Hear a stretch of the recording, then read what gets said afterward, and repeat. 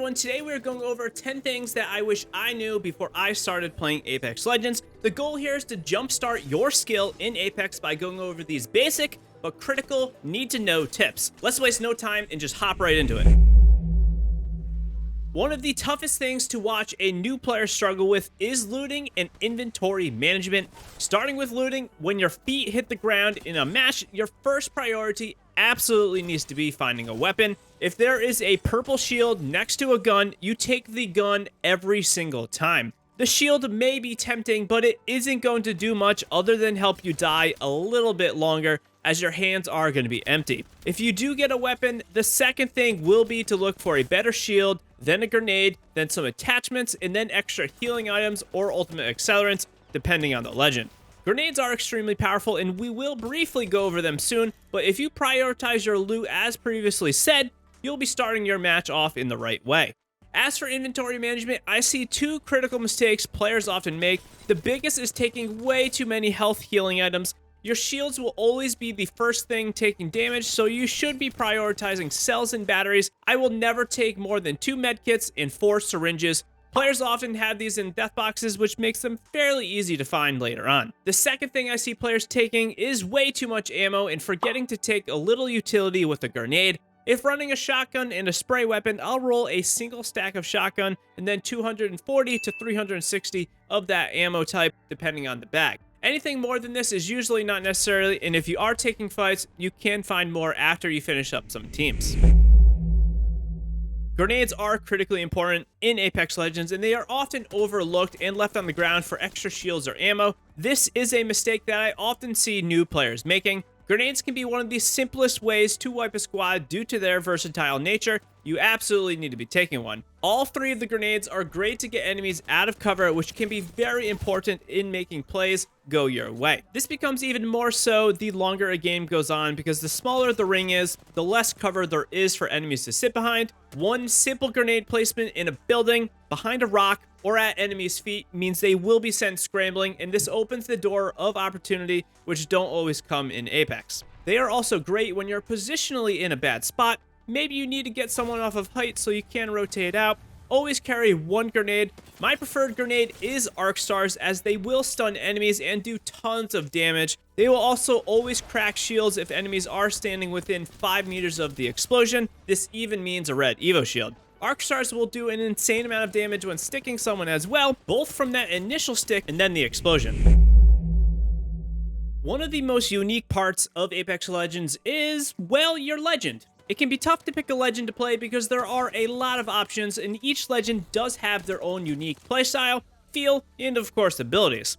The truth is though that your legend matters very little when you are first getting into Apex. Apex Legends is still a shooter first, and your focus absolutely needs to be on improving your gun skill, awareness, and positioning. Some of these take time to build, but don't get overwhelmed with knowing every little ability for every legend. Some legends I'd like to recommend as starter or easier to pick legends that have a ton of usefulness for the team and yourself are Bloodhound, Octane, Loba, Lifeline, Bangalore, and Fuse.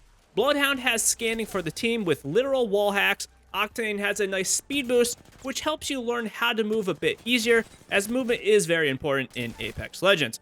Loba has the ability to speed up looting, letting you get more fights in. Lifeline has some support for the team with healing and passive revives. Bangalore has some mobile cover with smokes, and Fuse lets you lock down areas and do some damage on enemies with his tactical clusters and ultimate ability. Fuse is actually a great pickup because he will help you use more grenades, since he can hold more of them per inventory slot. Just don't overthink your legend choices and focus on what matters: gun skill.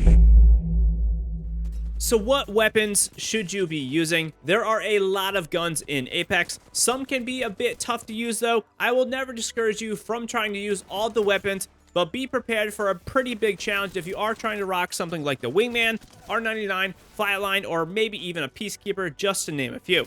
These guns generally have a bit higher skill ceiling due to their need for extreme accuracy and recoil control. Here are a few weapons I will recommend for each category of weapon type. For starters, my go-to #1 pick is absolutely the R301 assault rifle. If you are coming from any other shooter, this weapon will be the most easiest bread and butter gun for you to use. The recoil is predictable, light ammo is easy to find, and it's overall a very good weapon for the skill required to use it. For the SMGs, I love recommending the Volt. Unlike something like the R99 or the Prowler, the Volt shoots a little bit slower, which will allow you to extend its range a bit, and it also makes its recoil way more manageable. The Volt is also one of the only SMGs that is pretty good with no attachments. For a marksman rifle, I am going to recommend the newly care packaged G7 Scout or the newly floor loot, the Triple Take. Both have very predictable and easy to control recoil patterns, great base magazine size, and if you can't get a headshot in there, you will melt your opponent. For snipers, I am going to recommend the Longbow. The Longbow has a very forgiving magazine size. It'll let you tag enemies from all ranges with ease. I also find it's better than some of the other snipers at the closer side of mid-range, which makes it a little bit more versatile. As for the LMGs, I am going to go with the Rampage. It shoots slow, which makes it very easy to control. It'll let you beam people at a little bit further away than even a lot of the assault rifles. And for pistols, I generally recommend you to stay away from them as they aren't that great. The Wingman, however, is the exception to this, and it's absolutely an insane gun in the hands of an accurate shooter. If you want a challenge, give it a try. As for shotguns, I will recommend the Mastiff or the EVA 8. The Mastiff is good if you want to be a little bit more of the accurate type of shooter, and the EVA 8 is a little bit better if you want to be the running gun, get up and close and personal type of player. There are very few modern day shooters that I have played that have as much of an emphasis on team play as Apex Legends. This is mainly due to the time to kill of the game, which is fairly long compared to some of the other shooters on the market, and the fact that there is no pure solo mode in Apex Legends. Team play is crucial to the health of your match and overall success. Be sure to use that ping system to your benefit, but do not excessively use it. You know who you are. Second to this is that if you and the squad can team shoot, you will make much quicker work of enemies. Third is that it is critical to not get too much separation from your team. I am once again looking at you, Octane. Often I will see new players just running off, doing their own thing, and this just is not the way to do it. You don't need to hold hands with them, but try to stay within gun range. And finally, one huge tip for both experienced and newer players, understand your squad's limitations. Not every legend can run through the open, and likewise, not every player is capable of making that crazy jump pad play that you wish they could make. Understand your teammates' skill level and play accordingly to really make the most out of every match. Before we move on, do me a favor and hit that like button. Also, I do stream over on Twitch. If you want to come over there, I would be happy to chat with you about everything and anything Apex Legends. I appreciate your support. So how do you know your teammates' skill level, or even better yet, and enemies? The most clear-cut, dead giveaway is absolutely their movement. When a player is moving in a particular way, you can instantly tell if they are a complete bot or a gaming warlord. Knowing this is the first step in a fight. Being able to recognize this will allow you to play safer, smarter, or be a little more loose with your play, depending on their skill level. It is absolutely up to you to make yourself not look like a target. You want to minimize the fact that you are a new or underskilled player. Don't be too frustrated though, as everyone does have to start somewhere, but just be aware that experienced players can pick you out easily, and it is your movement that will be that dead giveaway. Here's 3 basic movement tips you need to be doing. For starters, constantly put your weapons away. It sounds easy, but time and time again, I spectate random teammates and I notice that this is just not being done enough. This means when you are rotating or even briefly in fights, to try to breach a gap a little bit quicker. Second is to make yourself just a little bit quicker, and this is to do the most basic technique of slide jumping. This moves you just a little bit faster and it'll help you stay a little bit more mobile. The third technique, and maybe the most important tip, is going to be side peeking. This is actually a bit harder to perform and it requires a good sense of timing, but it's more or less the art of sending out damage and minimizing the amount you take. This is simply done by stepping out of cover, sending out shots, and quickly stepping back in, and then repeating. If you can, try to peek from different sides of an object to prevent enemies from lining up on you, and this will maximize your damage output and minimize your damage intake. Third partying in Apex Legends is the real deal. Sometimes in your favor, lots of time in the favor of others. If you are unaware of what this is, it is more or less when 2 teams are fighting and then a third team, the third party, comes in and tries to clean up the already weakened team or teams. It won't take long for you to experience getting third-partied, but there are a few tips you can do to help survive these. The first is to always be prepared for it. After every fight you finish, expect another player to come out of the shadows and try to get you. I always like to heal up or armor swap right away so I can maximize my life and increase my health as much as possible. Only after this should you start looting death boxes. Don't be that teammate that goes in, grabs all the loot, and leaves nothing for anyone else. Don't do that. It is not always possible, but after you finish a fight, take some height, duck into a building, or just put yourself into a position where it's harder for enemies to get to you or get some shots on you.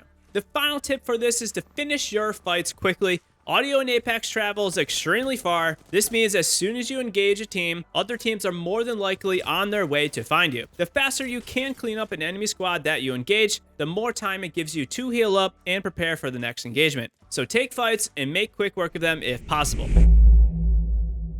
There's a ton of things that can improve your game in Apex Legends, but if there is one thing that can make or break an entire match, it is going to be your drop and fly in. This is one of the most important parts of your game, and most do not even realize it. Landing just a few seconds after enemies can be the difference between getting those weapons, those grenades, a better shield, or ending back in the lobby. Flying down to your drop spot seems so simple, but yet it's something that many are just not prepared for or just don't care enough about. Stay attentive when in the dropship and drop when you are approximately 45 to 60 degrees from your desired spot, if it is close to the dropship path. This is usually something like 300 to 500 meters away. If you are dropping somewhere that is a bit further, then you will want to keep your speed above 130 at minimum, preferably closer to 140. As soon as you are about to dip below this, point your legend down, increasing your speed, and then level back off. This snake type of flying will keep your maximum speed up and help you travel as far as possible. If you slow down too much, meaning you're not pointing your character down every now and then back up, you won't go fast enough, which means you won't get too far because you will just be dropping vertically. If you are flying properly, like we just described,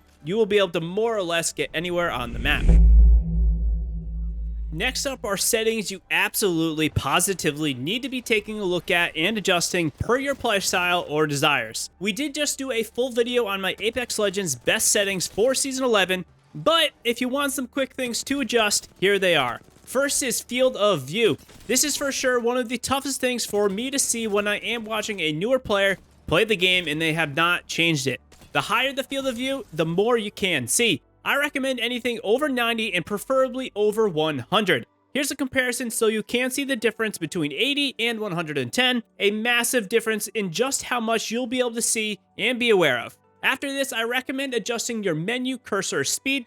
This is critical in letting you quickly loot and armor swap. If this is too slow, you'll just be looting forever, and if it's too fast, you will be misclicking and either picking up nothing or picking up the wrong items. After this, we are going to have crosshair damage feedback or hit markers and just the general presentation of how damage is appearing on your screen. While it does seem great to have all these numbers and markers popping up, it actually does block some of your view and it can make it harder to hit enemies when in a firefight. I personally like turning hit markers completely off as the stacking damage numbers give me all the feedback I need to get. However, some will like to have the hit markers on so they can better track the ticks of damage from things like caustic gas or Watson's fences. So if you do play these two legends a lot, you may want to leave them on. Finally, we do have taking damage closes death boxes or crafting menu. This is one of the most critical in-fight things to adjust, as it'll help you prevent getting ripped out of a death box when you are about to armor swap or quickly having to grab some ammo.